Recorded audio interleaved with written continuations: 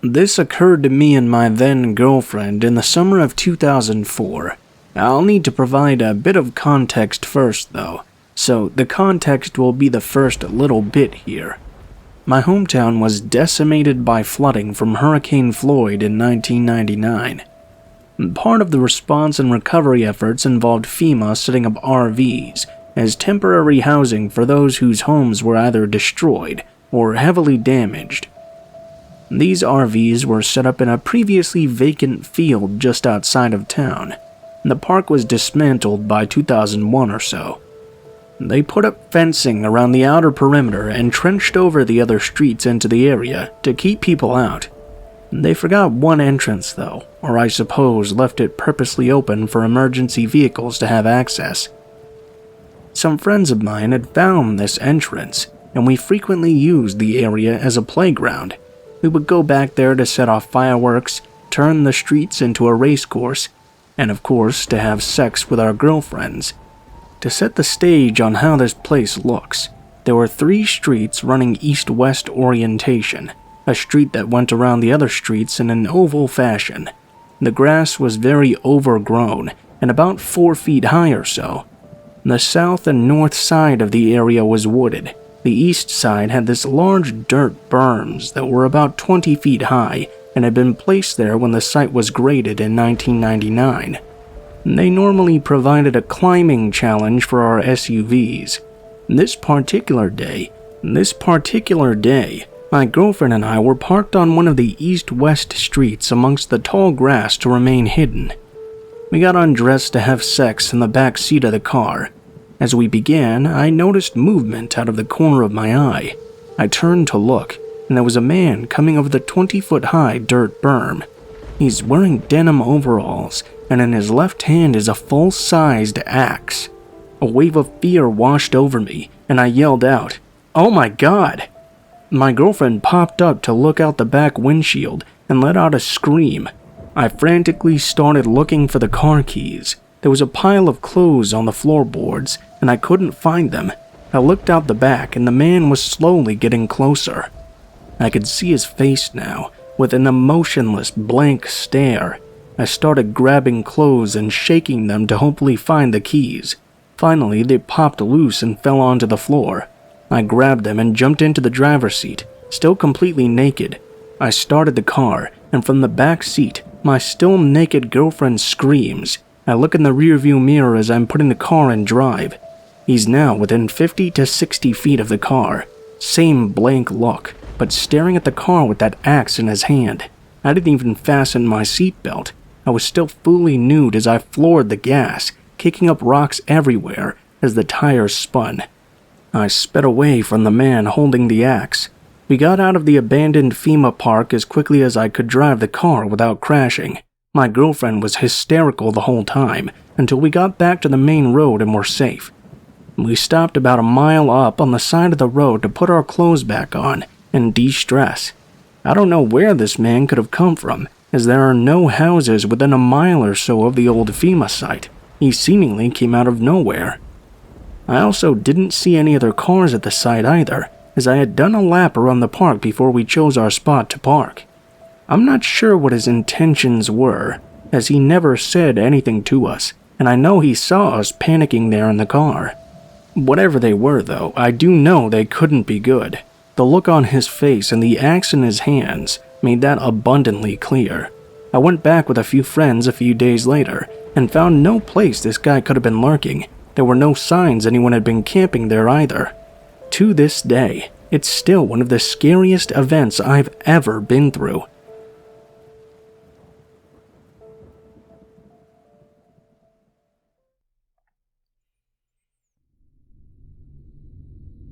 Hi everyone.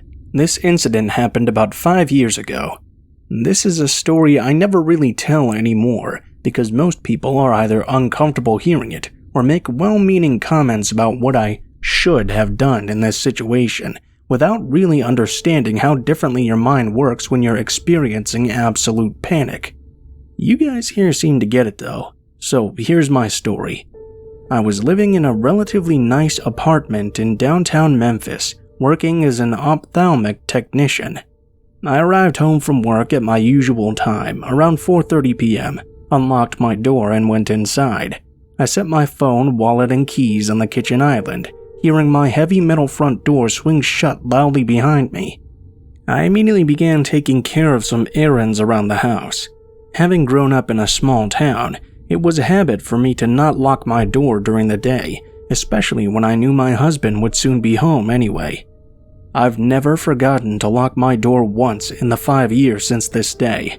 I walked through my bathroom and into my large walk-in closet and began hanging up the laundry I'd started earlier in the day before work. I heard my front door open and I smiled with surprise. My husband was home a little early, it seemed, and I happily called out to him. "I'm in here, love." I was met with silence and slowly began to feel that sinking feeling of something is wrong crawl up my spine. I tried to shake it off, thinking my husband simply hadn't heard me, and walked out into my living room/kitchen area. While standing on the other side of my kitchen was a complete stranger. He was male, older than me. I would estimate 50s, but it's hard for me to recall exact facial features or details from this moment. He was just standing there, staring at me. No ski mask, no weapon, just watching me. I wondered if he'd maybe walked into the wrong apartment and was going to apologize and leave, but as he continued to stare, I realized I needed to do something other than just gape at this stranger in my house. I stood taller and puffed up my chest in an attempt to look threatening, which is hard to do as a small female. I used a loud, clear voice, telling him to get out of my apartment, that he had no business being here. He completely ignored me, like I'd never spoken. Then he began to pick up my things, my cell phone, my keys, my wallet. He picked them up methodically and put them into his own pockets. This is when it truly hit me that this person was dangerous. I was naive enough to believe this was all a mistake until that moment. I darted forward to the only other device I had that would allow me to get help, my computer.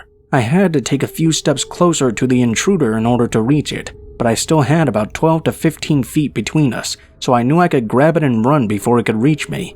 As I picked it up and turned to run, I saw him start to move after me. I sprinted back toward the bathroom because it was the only place I could go, and put 2 locked doors between us, my bathroom door and the closet door. I slammed and locked the first door, and within mere seconds I could already hear him messing with it, trying to open it. I ran into the closet and locked that door too, opening my computer and getting on my Facebook Messenger to contact my husband. I sent message after message, pleading with him to call 911, and told him there was an intruder in the apartment. He got the messages within minutes and assured me he already had a dispatcher on the phone and was leaving work himself to try and get to me if he could. I waited and waited. The bathroom door opened and the intruder came inside. He moved to the closet door and started trying to break that door down too. Here's the part where people usually start giving me advice on how I should have acted, but all I can tell you is that I was frozen. With fear, with shock, I don't know. I didn't scream though, or cry, or search for a weapon in that dark closet. I didn't brace for the door or try to hold it closed. I just kneeled in my closet and waited to die, because I just knew that's what was going to happen. People like to tell me that I lived in an apartment. Surely if I'd screamed, someone would have heard and come to help. I mean, surely there was something heavy enough in my closet to use to defend myself. Hell, even the laptop I had would hurt if I swung it at someone. Why didn't I do anything? Well, I don't really have an answer for that. The closet door, though, miraculously held. I could hear frustrated footsteps go back out into the living area of my apartment. I heard things breaking, bottles shattering, my drawers and refrigerator and cabinets being flung open as things were torn out of them. I continued to sit in that closet, silently crying, wanting to leave but feeling death was inevitable. I feel awful about my selfishness in this moment, but I messaged my mom who lived a 15-hour drive away and told her what was happening. I desperately wanted comfort and to tell her how much I loved her.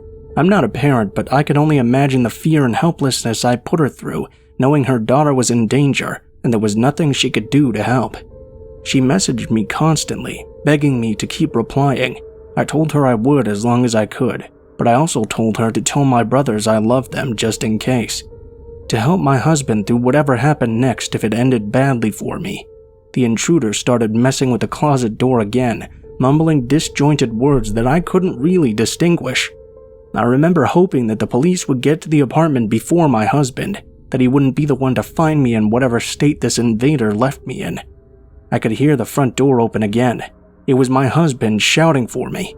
The intruder walked out toward the living room and kitchen area again, where my front door was located.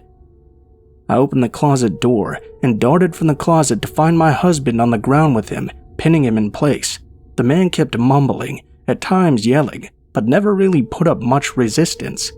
This entire part is a blur for me. I remember feeling like the room was spinning, filled with fear mostly for my husband at this point. Eventually, the police found the apartment. It took them about 25 minutes to arrive, which still blows my mind. I know time seems to move slowly during scary situations, so I thought it was less than that.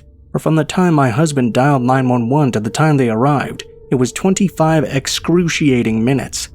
This isn't intended to bash them in any way. It just always seemed like an unusually long response time for a home invasion. They got my things back from the man and took him out of my apartment. I numbly went through the process of filing a police report and telling them everything that happened. One of the officers commented that I really should keep my door locked at all times. I remember feeling like he was being insensitive at the time or blaming me for what happened, but I later recognized his words were coming from lots of experience. I'm sure in his time he'd seen this situation end much differently for other women. Within 30 minutes, the scariest incident of my life was over, but I've carried the fear, the violation, the anxiety of having someone intrude into my space for years. If it happened to me once, it could happen to me again. If you made it this far, thanks for listening. Please consider continuing because it isn't all doom and gloom. If this or something similar has happened to you and you're still struggling with the aftermath of it, the sleepless nights, the laying awake listening for sounds of forced entry, the nightmares, the constant checking and rechecking of your locks, this is what eventually helped me. A year after this took place, my husband and I moved to the Midwest for his job. We selected a safe town with a nice apartment complex and chose a third-floor apartment with only one point of entry. I looked up every statistic on crime for the neighborhood, finding that isolated incidents of car theft was the only thing reported in decades. I still couldn't sleep at night, though. It was definitely better than staying in the same apartment in Memphis, but my husband often works night shifts now, and I simply couldn't continue being terrified to sleep at night. I realized my biggest fear wasn't that something could happen again, but that if it did, I was just as unprepared now if I was back then. If I hadn't changed anything other than locking my door, I knew I would freeze up again and leave my life up to being able to hide well enough or having a door hold long enough to save me. That was simply unacceptable. I walked into a martial arts school with an excellent self-defense program, introduced myself and started taking classes. At first I was quiet, hiding in the back of the room, and generally keeping to myself. My instructor, who is both incredibly kind and incredibly insightful, slowly built up my confidence and brought me out of my bubble of fear. After several months of training, I finally shared my reason for taking classes with him. He's worked with me tirelessly to give me the ability to protect myself in any environment. I've been training for years now, and the difference it has made in every aspect of my life is unbelievable. The meek, quiet girl that waited to die in her closet doesn't exist anymore. I'm confident, strong, worthy of living and protecting myself in my own home. I'm no longer ashamed of how I handled the situation I was in, but also understand what steps I can take to ensure I'm safe in the future. It wasn't easy, and it didn't happen overnight, but it was worth it. I recognize this may not be a solution or option for everyone. Your experience is valid, and however you decide to cope with your own story, that's the right choice for you. This is how I happen to do it, and it worked well enough for me. Thank you again for listening. I'm a little afraid to share this because I'm not sure how people will respond, but maybe doing so will help someone else that's feeling alone with this. If anyone else is struggling with their own story and wants a kind ear to listen, I'm here. Stay safe out there.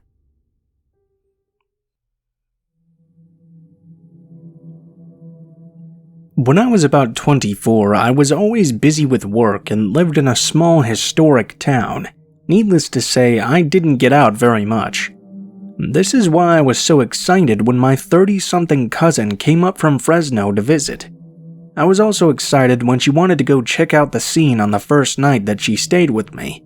As it turned out, she was a drinker, so we headed out to hit up a few small bars in my town. We only ended up finding one bar that was kinda happening.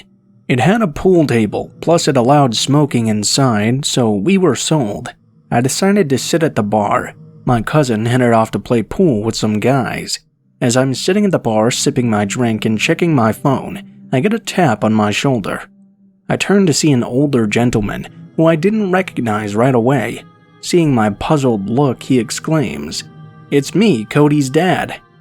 I then instantly realized that he was the father of a boy I had dated in the 8th grade when I was about 14.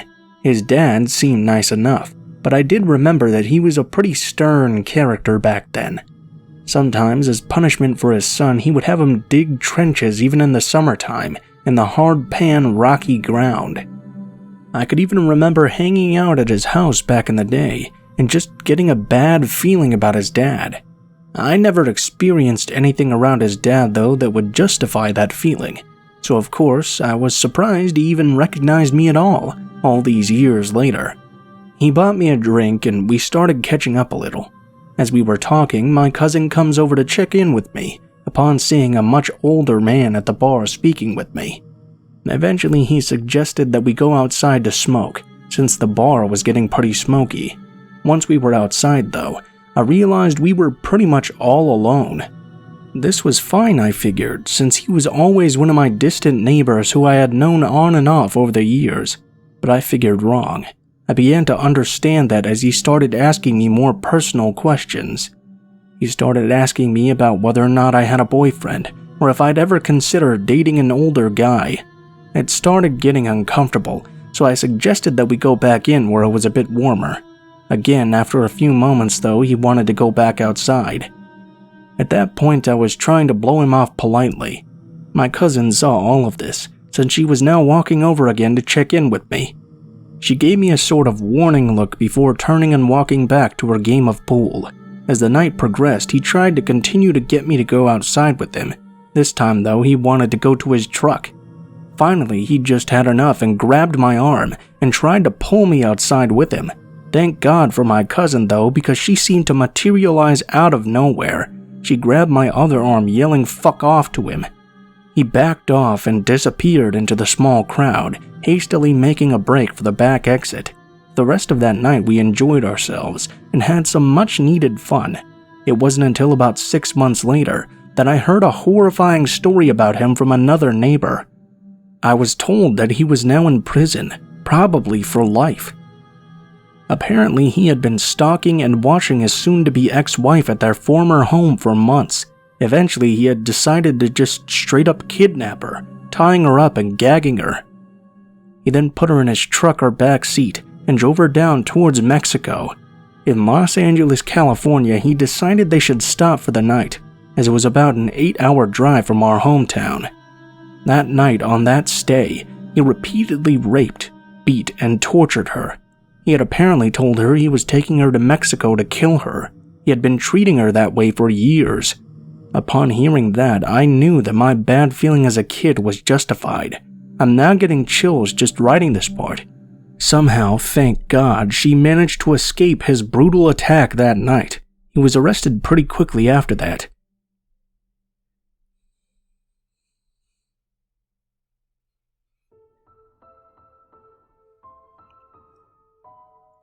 What is up guys, Blue Spooky here as always. Thank you guys so much for watching, especially if you made it this far to the end of the video. If you guys enjoyed this video, please be sure to like, share, comment, and subscribe if you feel so inclined. If you do decide to subscribe, make sure you hit that little bell button next to the subscribe button and change your notifications to all so that you never miss a single video. Although I do post videos every day, so if you don't feel like doing that, you can just come check back every now and then for your big binge. If you guys have any criticism or feedback on my narration, the audio quality, anything like that, please be sure to leave a comment in the comment section below. I look through all of my comments and am always striving to improve my content. If you guys would like to submit your own story to be read in a video, please take a look in the description below. It will have links to all of my social media, including my Gmail, Twitter, and Facebook accounts. You can send me a message on any of those and I'll try to read your story as quickly as I can. If you do decide to send in a story, please be sure to include in the tagline what the name of the story is if it has one, what type of story it is if it has one, and how you would like to be credited in the description of the video the story appears in. Also, please be sure to include as much detail as you feel comfortable with and include proper grammar as well if you can. That will make it much easier to include in a video in the future. Last but not least, if you guys enjoyed my narration in this video, I have 2 other channels called Darkest Hour and Mr. Blue Skies respectively. I do monthly disaster documentaries on Darkest Hour and weekly true crime vids on Mr. Blue Skies. If you enjoy that kind of content, please check those out, maybe they will be for you. Overall though guys, I think that's pretty much it for now. Thank you guys so much for watching, and I hope you guys have a great day.